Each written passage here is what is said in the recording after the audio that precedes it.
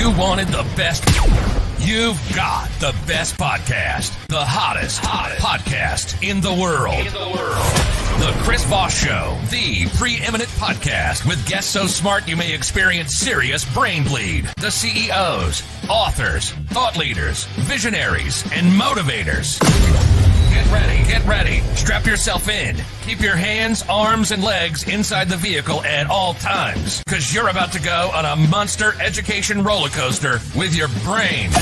Now, here's your host, Chris Voss. Hi, folks. Chris Voss here from the ChrisVossShow.com.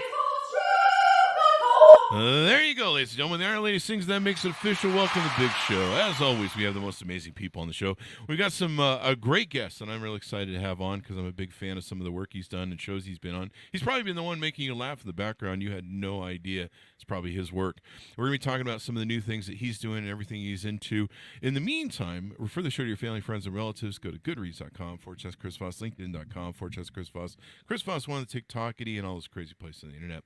Today we have Steve Young on the show with us today.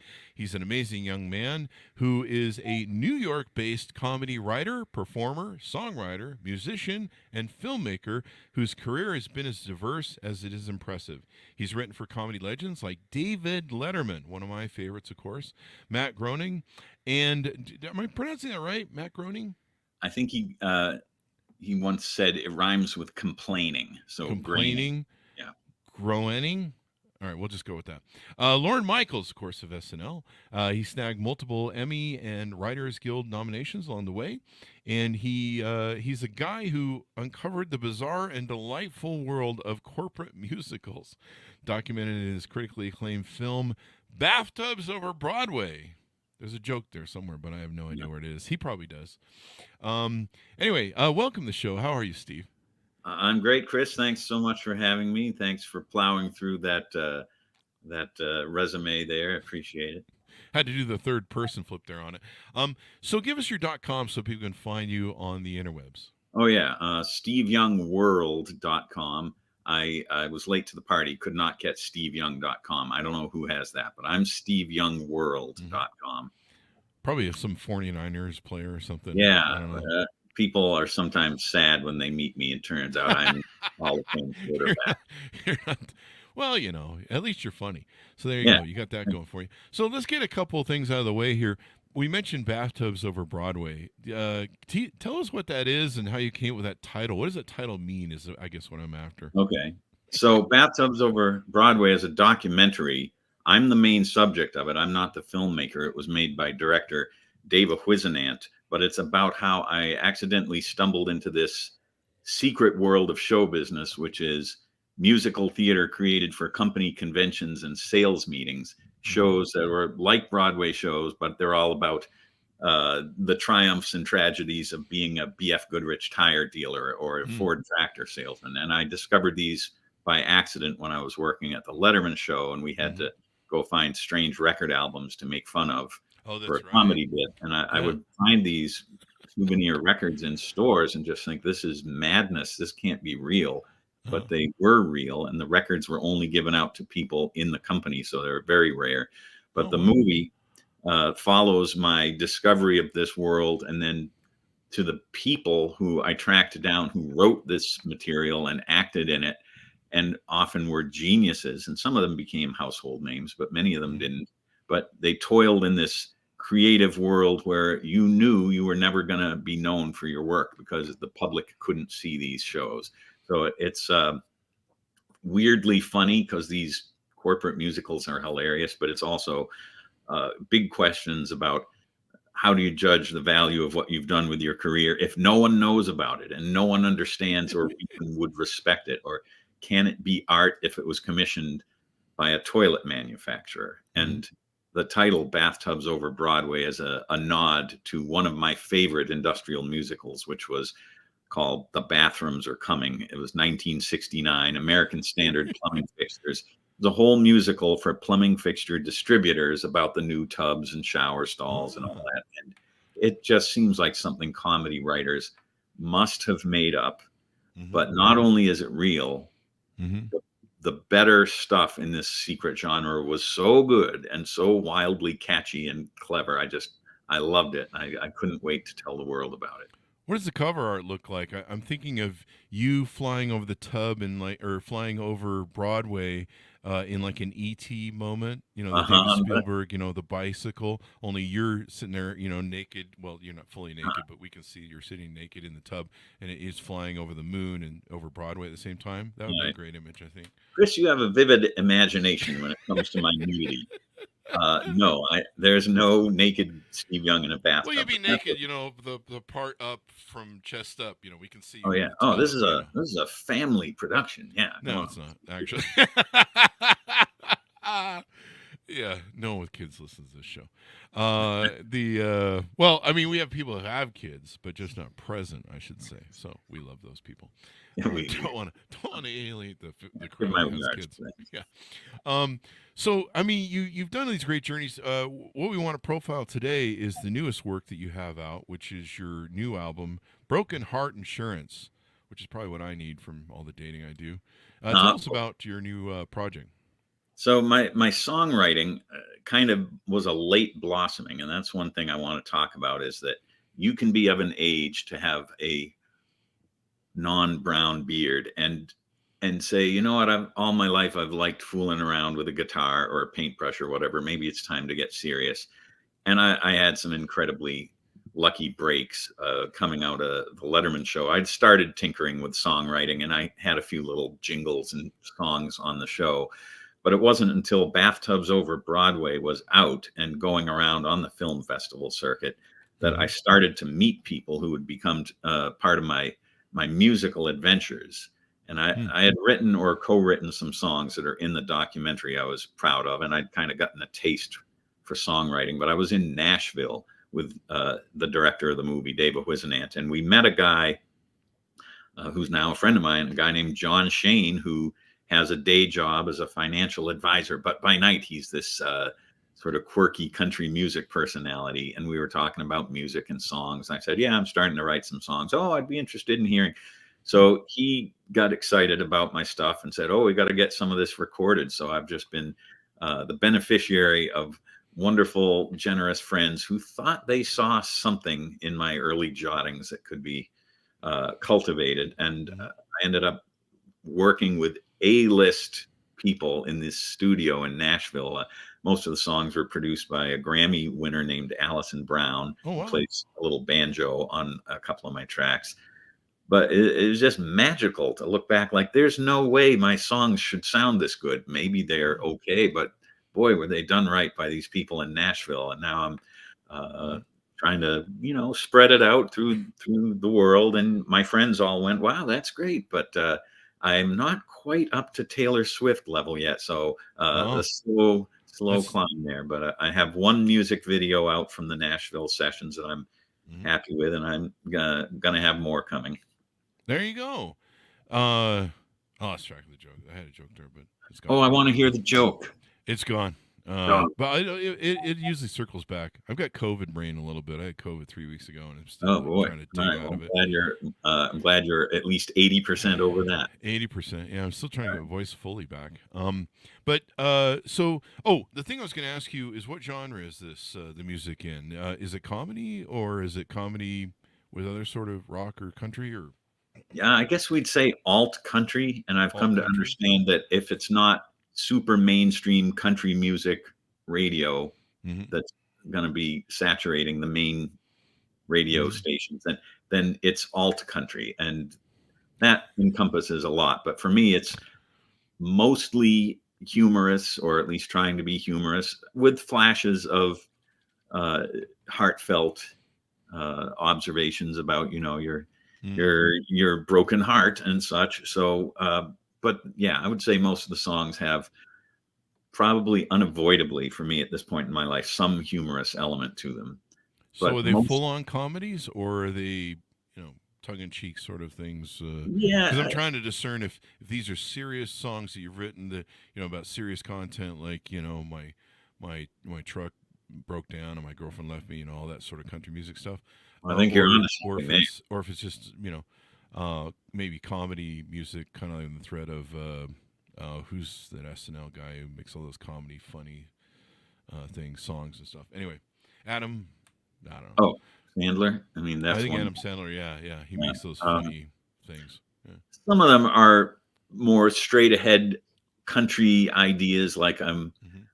I've had my heart broken and I want to get my insurance payout because I bought broken heart insurance. But when I call Ah. the company to put in my claim, it turns out everybody in the world has already filed a claim and the company's Oh, due. they're So it's like bankrupt. a kind of legitimate country song in its topic and hopefully clever along the way. But then there's Huh.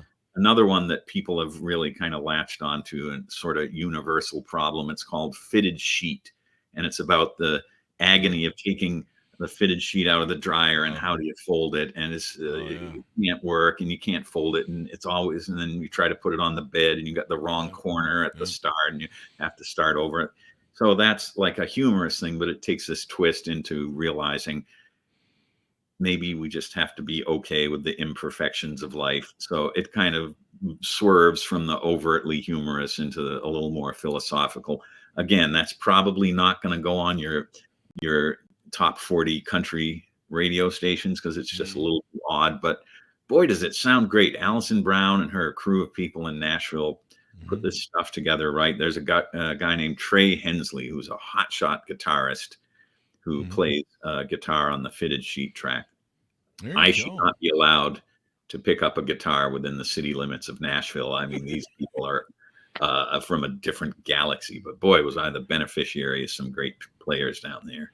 Oh yeah. I mean, some of the best players are what do they call them? Contract players, bit players, Studio players. studio players. I mean, Yeah, you look at some of the great people who played on the Steely Dan yeah, records because they were so into that, where they bring in different session players. That's the word I'm yeah, looking yeah. for. They bring in Session different players session and like players, the and Wrecking Crew in the back in yeah, the old days, just yeah, and there were just genius. there's so many gods of those session players that are not mainstream. Not a lot of people know about them, but they were, some of them were what made Asia so great. The piano on Asia and stuff. It's really nice. So, now this isn't your first album, is that correct? Well, it is my first Okay, it album. is your first album. Yeah, so Okay.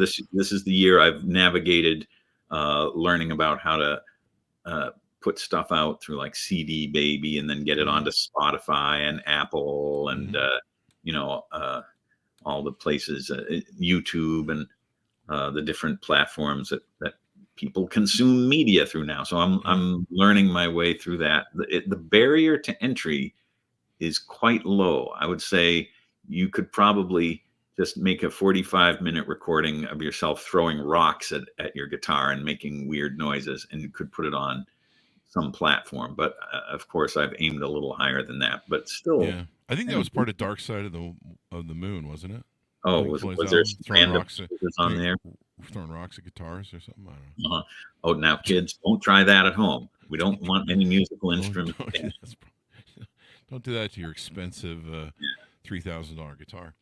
Um, the so you did years of writing for Letterman. How did that prepare you to write songs? I didn't see it coming, but honestly, it was a huge uh, preparation in the same way, in the Karate Kid, where he's waxing on, waxing off on the Mm-hmm. car, and he doesn't Yeah. realize he's training all these muscles and reflexes. The Letterman show every day coming in with ideas for short bits. They're going to be like 20, 30-second fake commercials or a live interrupt or something. And Mr. Letterman had excellent discerning taste, but also his understanding of timing and what was the amount of time a piece or an idea could be before it overstayed its welcome. So I think I've learned, have a good idea, ideally a really good idea, develop it, and then get the hell out before people are tired of it. So that was something I was trained in for a long time. So I do a lot of songs that are in the 2 to 3 minute range, and maybe someday I'll luxuriate in some sort of 19-minute opus. But right now, I don't feel like that's my zone. There you go. Well, writing is writing when it comes down to it, doesn't it? I mean, if you're good at writing, jokes, you can write books, you can write music, or at least the lyrics to the music. I mean, it's once you get good at writing, you can, you never shut up. At least I don't. That's what people on the internet tell me. Do you ever shut up? But Yeah, I remember the joke now. So when you mentioned earlier about how you found a secret, what do you call it, a secret society or something, or secret um, area to comedy writing or something like that? Secret, Oh, it wasn't like the secret world of the corporate the music. secret world of the corporate Yeah. musical. When you said that, I was going to interject. Oh, you found Letterman's secret room. Anyway, moving on from that joke. Yeah, let's move on from that joke. But thank you for bringing it back. I love David. I love David. Every time I see him, I miss him. Yeah, I he's miss him, and and I miss who's the great improv writer for SNL for all the years, and then Michael McDonald, Norm Macdonald. I miss Norm. Norm. Yeah. Oh, I like Norm. And Norm opened his CBS run, I think it was, and then closed it. And I think his closing stand-up bit on Letterman that Norm did was just beautiful. Yeah, So that was very affecting. I miss Norm. But so when I was putting this album out a few months ago, I approached Dave through, his people and said, "Oh, I'm just putting out this music, and it would mean a lot to me if Dave would check it out, and if he was so inclined, give me a little blurb or something." And he very sweetly obliged. And Oh, now wow. I have this that's wonderful. line I can put on all my promotional material, which is Steve Young is a showbiz triple threat, or maybe Nice. quadruple threat. Who knows? Who cares? But nobody is safe. So I said, "That's perfect. Wow, David thank you." Letterman, man, what Yeah. a god, what a genius. I mean, he should have gotten he should have gotten Carson's gig. That was a Yeah, I travesty. thought you were going to say Nobel Peace Prize, but yeah, We can give them that too if you want. yeah, But consolation yeah, he prize. should have gotten the Carson gig. That was so much bullshit. I still don't like that. Carson was such a god too. He was so good. And it was cool when they got along. I'll never forget when Carson showed up. I think once or twice on Letterman. Yeah, even after he retired, and Yeah. we were doing a week of shows out in LA around 94, 95. Uh, And Johnny did a surprise walk on the show, and he just he'd had laryngitis or something, and he Yeah. couldn't talk. So oh, it shit. was this grand elder statesman comes out, and the place goes crazy, and he nods and smiles, and he doesn't quite say anything, and then he sits at Dave's desk, and oh, this is nice, and then he just gets up and he leaves without having said anything, which was kind of enigmatic, but to kind of fit with the what can he possibly say? Yeah, I love when he was on. I guess it would have been NBC. If my memory serves me right, was he on NBC at the end or CBS? Letterman it was Late Night with David Letterman on NBC until 93, and then we jumped over to CBS CBS, yeah. 93 to 2015. So it would have been NBC. Carson shows up and he's got this pull-out desk. Remember that? He's basically got a version of his desk, only it folds out. It's like he literally carries out this little thing and it folds out and it looks like his desk on the Tonight Show. And so they're sitting there with both of their desks, and it was just a hilarious moment. That does ring a bell now. Yeah. I mean, they the really weird were thing- the two class acts of comedy and stuff. I was very lucky to have an amazingly long run. 25 years at a TV show is not going to happen very often anymore. yeah. The business has changed so much. I know a lot of people, colleagues of mine, have found it difficult in the post Letterman era to keep working as a writer in this field. And I'm glad I'm not 24, because I think it would be very hard to get into this field now. I'm a Writers Guild captain, and I've been talking to a lot of the membership about what their experiences have been. And the entertainment business is, to put it kindly, challenging for people to have careers in these days. Yeah.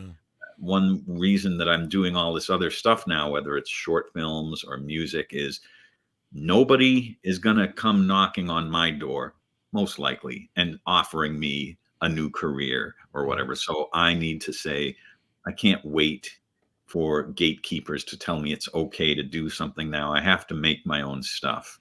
Yeah. And If you with wait long enough, though, you can get jury duty invites. Oh, yeah. Those I mean, you get $40 a day. $40 a day is for $40 maybe a day, week. dude. If you think that's a sustainable career, I'm not sure about that. I usually have to work down on the tracks to get that kind of money. Oh. Railroad tracks? Hey, $40 is $40. What sort of situations inspire you to write a song? What's usually the motivator for you? It can be turning over something in my mind about, you know, personal problems and matters of the heart, and it can be like, oh, if my heart is broken, is there some way I could mentally and psychologically buy myself some broken heart insurance and sort of Mm, protect myself from problems that, hey, maybe that could be a song, broken heart insurance. yeah. And like the fitted sheet song, yes, I was doing laundry and taking the sheets out of the dryer and trying to fold them and getting pissed off and thinking, and at this point in my life, ideas often take the form of the first few lines of a song, and then Mm, I'll pick up my phone and sing the first fragment into the phone and save it and go back later. And most of the fragments aren't worth pursuing, but once in a while, some are. yeah, it's kind of interesting, and of course you can use it for other pieces and parts. All that good stuff. Um, so when you write, do you try and put some sort of comedy kitschiness to it, or some snarky, smartassery sort of maybe take on the idea when you write a song? Like, how can I make this have a little bit of snap to it for comedy wise? Yeah, and the good thing about having been a comedy writer for all these years is those muscles are so ingrained. Like it's as natural to me as breathing to have the sort of smart ass take on something. And it can be a Hmm. problem occasionally in life if you can't turn it off even for a minute and it's not appropriate somewhere in some situation to be funny. You gotta learn to edit yourself. But yeah, the machinery is always running.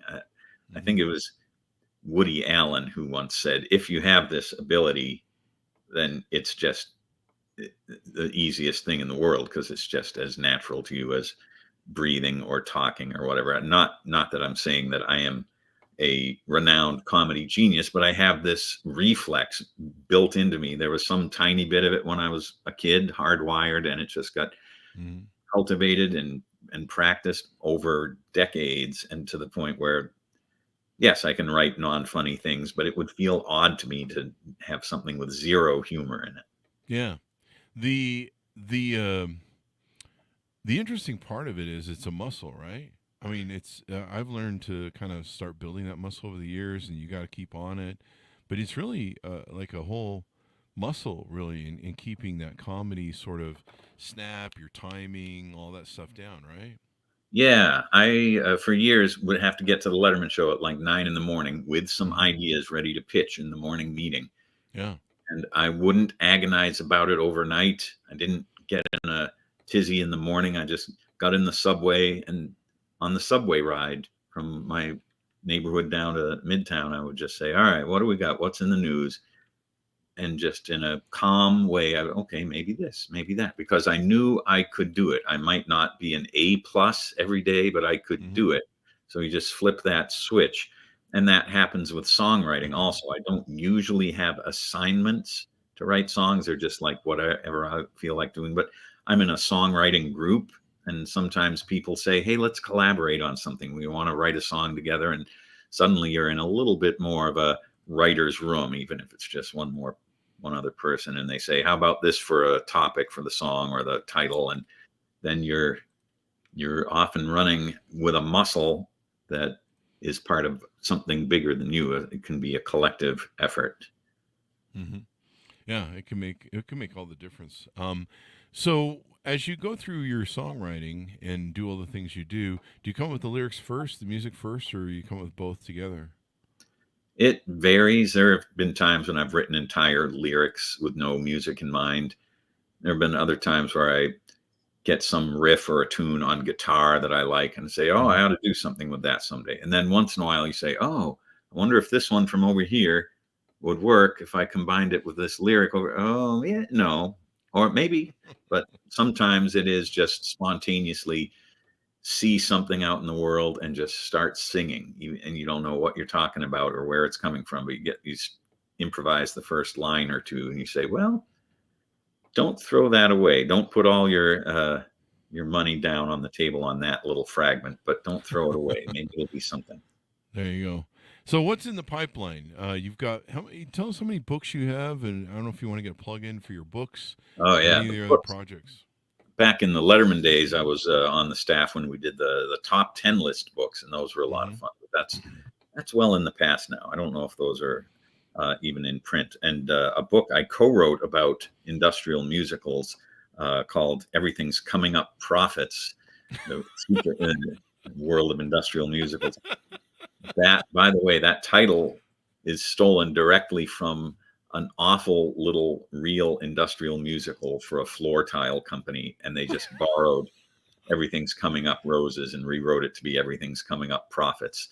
So it's kind of the perfect title for this stuff, because you got the Broadway angle and the motivational corporate "let's go make money." So it kind of sums up the whole thing. But my friend Sport Murphy and I wrote that book. That was 10 years ago now, and the success of the documentary caused us to sell out 2 printings of the books, and we have not printed a new printing yet, so I'm not sure if that will happen again.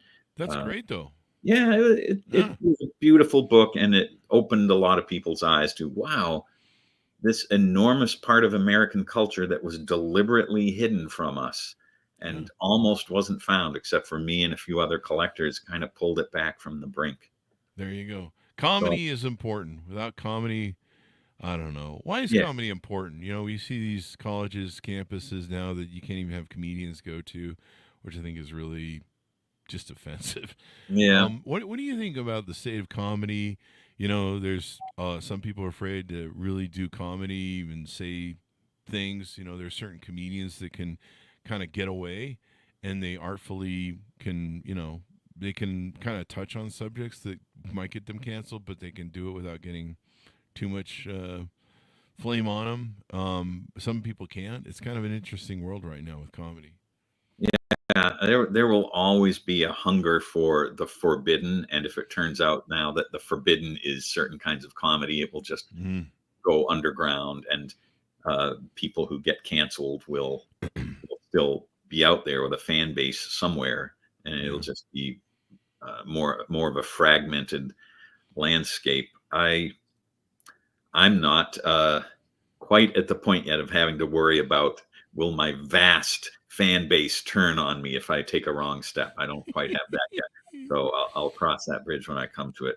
Well, you put out a country album, so if you switch to rock, they might that's have right. issues with it. You know, that's like Dylan going electric and making people mad. It's bad. Yeah. Although I guess Beyonce's, you know, flipped back and forth, and I think hasn't Taylor Swift done both sides, comedy and rock? Yeah, well, so Taylor Swift came out of country and then went more to pop, and Beyonce's now said, well, I can be country. So all these barriers are falling, and I'm all for that. I mean, I'm going to be this weird hybrid who doesn't quite fit any normal lane, I suspect. But your point about comedy, people are so desperate for just being happy.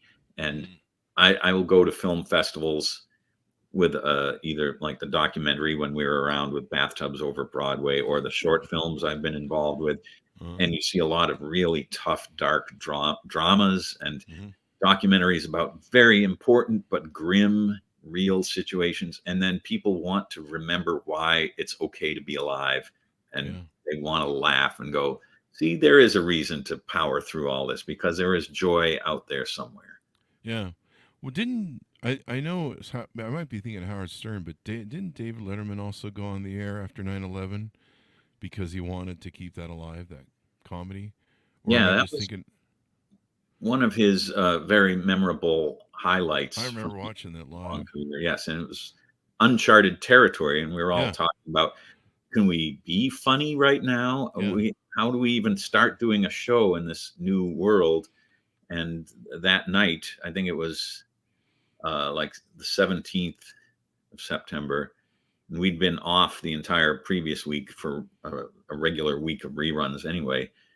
But the show began not with the opening music and montage, but just Dave pushed in like a picture of the marquee from Broadway, and then he's at his desk and he just said something akin to, if we're going to do this, somehow continue with this, I'm just going to need to talk for a few minutes and try to try to make sense of how to proceed. And it was brilliant in the way that a thoughtful, caring, bewildered, grief-stricken person can be when they know how to be a broadcaster. And Letterman really shone that night. A lot of people over the years have talked about how much that meant to them. Oh, I remember it, and the leadership of it, you know, coming out and say, "Hey, we're not quitting. We're not letting the Terrace win," and basically, you know, why it kind of matched why comedy is important, why looking at us as human beings, even in the worst tragedy.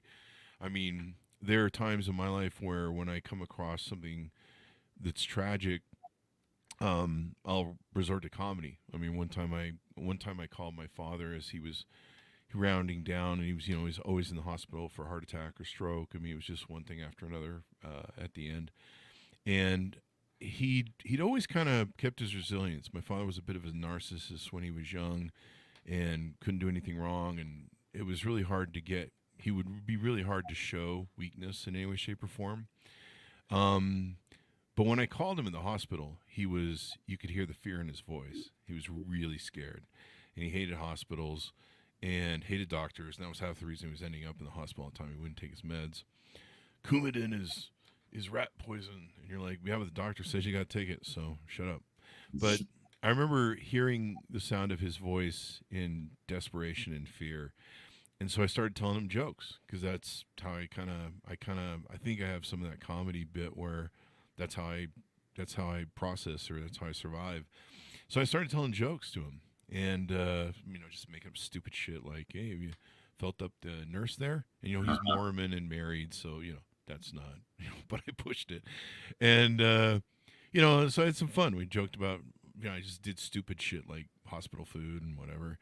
And pretty soon you could hear him change, and you could hear the fear leave his voice. You could hear him laughing at my stupid ass jokes, and and then pretty soon he was smiling and he was happy, and the fear was gone. Yeah. It was all comedy, you know. They weren't I mean, they weren't jokes you'd take on a stand up, but you know, just making someone laugh can kind of bring the human experience to us and remind us that we're mortal, and it's okay to be mortal, you know. I think that's why events like what Letterman did. It's a risk in a dark situation to try a joke, and you have to believe that your audience is the right audience for it. But it's a risk. But if it pays off, you've made such an enormous connection.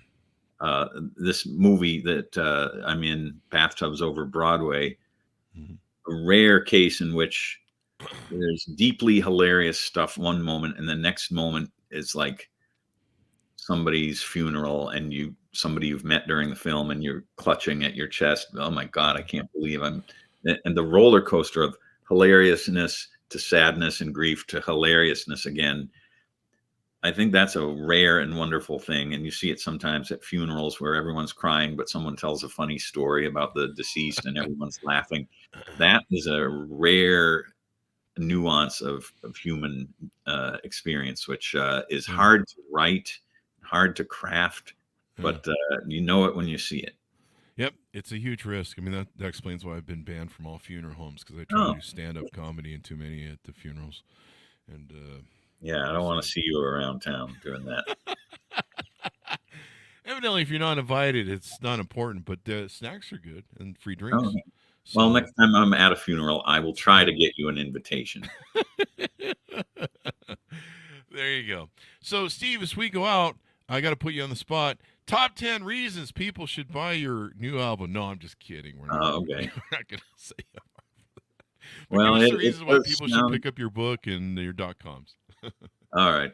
I'll just mention I've got some fun music videos on YouTube. My channel is Steve Young World.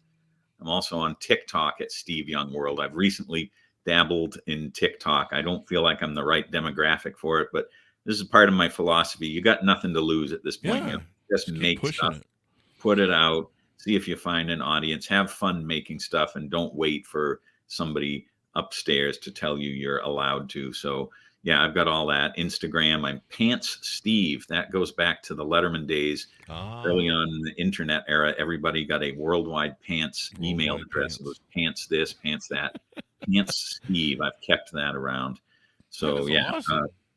the music's out there. If you go to steveyoungmusic.hearnow.com, that's kind of a jumping off point for the Spotify and YouTube and Pandora and iTunes and all the different things. So it's kind of great. I mean, I take credit for only a little of it because it was produced and handled so beautifully, and I've had wonderful, helpful friends. Yeah. Well, it's been a wonderful ride you've done. We're excited to see where you go from there. I still think you should have a top 10 list of why people should buy your thing. I think that would be funny as shit. So Okay, well, that is a very durable form, and I don't think it will ever go away. So I think you've tapped there you into go. something there. Oh yeah, yeah. You might have to get copyright Number 10, allowance so or something. Daddy But can buy some of his special, Daddy's special apple juice whiskey. yeah. Number You know 9. who to call for getting release of that. So there you Mhm. go.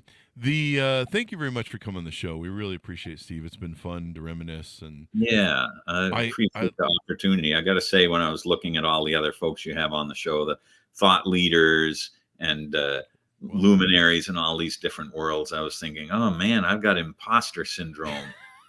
And then I thought, you know what? I don't deserve to have imposter you syndrome. do. You don't. Yeah. I mean, you've earned it, baby. I haven't seen. I got to go watch the episode. Is there more than one episode where you appeared in the chair as a guest? Yeah, I was on 3 times as a guest when the book came out. It was a lot of fun with the Letterman show. But I've got a lot of irons in the fire. There you go. Running around with short films, but music's going to be a big part of it. I can't stop writing songs now, so look out, world. There you go. Well, it should be fun. Thank you for coming on the show, Steve. Oh, my pleasure. I'm glad to talk to you about. You're clearly a guy who's got all the Letterman experience stored up, and I used to live Letterman like all the time since I was a kid, watching it.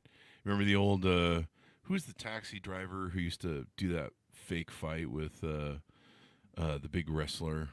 I forget his name. Andy Kaufman. Andy Kaufman, and they had that fucking Jerry bit. Lawler. Yeah, they had that bit on the show that they would do where they get into fight. And that legendary. That was before my time, but I know about it. So many great moments of the David Letterman show. I mean, and he was just always so funny. Let me ask you this, because this is something funny I heard one time. If you watch Letterman, he's funny, but if you listen to Letterman, he's not as funny. Is that true? Huh.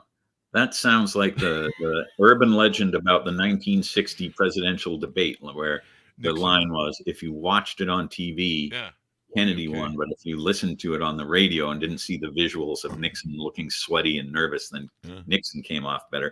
I never heard that about Letterman. Try it sometime. Just close your eyes. It's actually, in my opinion, it's actually true. Because a lot of Letterman's shtick is his physical comedy, throwing pens through the thing, his facial movements. When he drops a clothes. But if you do it, somebody told it to me like 20 years ago, and I was like, bullshit.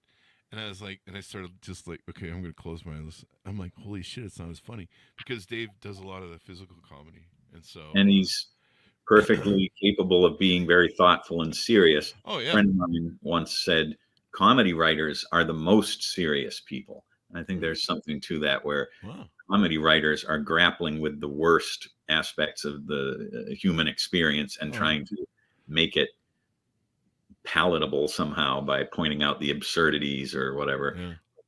Comedy writers look at dark stuff and try to bring back some version of it that's a little less dark. They give us this mirror back on ourselves that we take ourselves too seriously. We look at that comedy mirror and we go, yeah, we're kind of more stupid and funny than we are serious as human beings. And I think that's the real importance of comedy is bringing a levity to us taking ourselves way too seriously as human beings. Because I mean, have you seen us lately? But Stephen Colbert goes right after the politics, and I've always respected how his writers they can take on the dark shit of how toxic our politics are and somehow spin it into funny. And I think that deserves an Emmy in and of itself. Yeah, that's the modern flavor of a lot of late night that was Yeah. it was changing in the later years when I was at Letterman, but it Yeah. was clear that this was going to be the new shape of a lot of late night stuff. And I come from a much more surreal and absurd, non-political instinct. So I had a great run with the Letterman show when you could just be silly. Yeah. Yeah. Maybe we should go back to those days. I don't know. Maybe we Well, will. we go back to them a little bit at a time in our different projects, whether it's There you go. putting out music or short films or whatever. But I spent so long in the back room at Letterman show at the writers' room. I never thought I was the kind of person who was going to be the public face of some sort of creative project. But I surprised myself. Yeah. Now I go out and do stuff. I always used to wonder about you guys that would do the bits on shows and come out in the comedy writer. The comedy writers out here, I'd see it on Carson. Um, you'd see it on Conan and stuff, and you're like, oh, that's the writer. That's the guy who writes all the jokes that I'm laughing at all the time. And there was one guy who was always on Letterman who came out all the time, and I forget. But he did a lot of voices, but he was always one of the writers, and I always be like, wow, when you guys were in those writers' desks or writers' meetings, you're planning stuff. Were they largely funny and happy, or were people at loggerheads? Sometimes SNL was loggerheads. We were lucky. The Letterman show was overwhelmingly a fun, supportive group of Oh, people almost all the time, where you could be confident enough that you were with your friends and work family. You mhm. could be confident enough to say, I have the beginning of something, but I don't know where it goes. I'm going to throw it out to the room. Maybe somebody else Oh, smarter and funnier than me today will have the right way to end it. Or you'd say, I can't tell if I'm remembering some old idea of someone else's or whether I made this up, but here's this thing. Is that anything? You could be honest and vulnerable like that because you understood that if the show is a good show today, we all win. We don't have to fight to be the one hero today. yeah. It's very different than the SNL way they had it set up with. It seems like Lauren Michaels let everyone fight amongst themselves, and maybe the best comedy would rise to the top. But that may also explain why every second and third bit on SNL sucks. So, No, well, I oh, think, uh-oh, I'm not going to comment on that. I I'll was just just, that's my opinion. all right. Yes, the opinions of the Chris Voss show are the I've been opinions a of, fan of SNL since season 2 or 3. I wasn't okay, young. I you're was young, hardcore. and so All right. I'm still hardcore, but they can't all be winners. I guess when it really comes down to it. I mean, I've done enough shitty jokes on on my show. Sorry, Well, I like, think you're onto something with that hospital food topic. You should pursue maybe that. so. Yeah, maybe I should do hospitals. I should just go do stand up in Oh yeah, hospitals. a tour Yeah, of all the great teaching hospitals and yeah. intensive care units across Cancer the state line. jokes. Oh, Cancer jokes always kill. uh-huh, so to speak. I can't believe I did that joke. All right, I'm getting banned. All right. All right, now since I'm getting banned, thanks to Steve Young for being on the show. Be sure to check out all of his works. Since this is the last show, evidently, now I'm going to get canceled for that cancer joke. Quite an honor Broken to be on Heart. the very last Chris Voss show ever. There you go. You're getting on a lot of shows lately that get canceled. Okay. Anyway. Could be a Check out Steve Young's new album, Broken Heart Insurance. You can find on Spotify, Apple Music, iTunes, Amazon, Pandora, and of course, Deezer. teaser. Deezer just sounds like a place you should be stoned like all the fucking Oh, time. I don't even know Now what it's that really is. your last show. You're done. Yeah, I've lost the marijuana vote. Thanks, Steve, for coming on. Thanks for for tuning in. Go to goodreads.com/Chris Voss, LinkedIn.com/Chris Voss. Chris Voss, one of the TikTok kitty, and all those crazy places on the internet. Be good to each other. Stay safe. We'll see you next time.